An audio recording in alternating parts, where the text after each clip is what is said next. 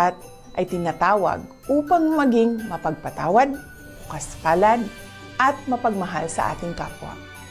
Ang kapanganakan ni Jesus ay isang mensahe ng kapatawaran na sumasailalim sa walang kapantay na pag-ibig ng Diyos sa lahat. Gamitin natin ang kanyang halimbawa bilang inspirasyon sa ating pakikipagkapwa, lalo't higit sa ating pamilya at mga minamahal sa buhay. Higit sa mga material na bagay na ating matatanggap ngayong Pasko, tayo ay inaanyayahang magbigay ng pag-unawa, respeto at pagmamahal sa bawat isa, lalo na sa mga mahihirap at may karamdaman. Ito ang tunay na diwa ng panahong ito. At ito ay isang paalala sa ating lahat, hindi lamang ngayong buwan ng Disyembre, kundi sa lahat ng araw.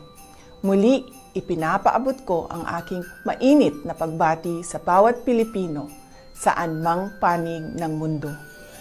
Malipayong Pasko ug mabungahong bag-ong tuig kaninyong tanan.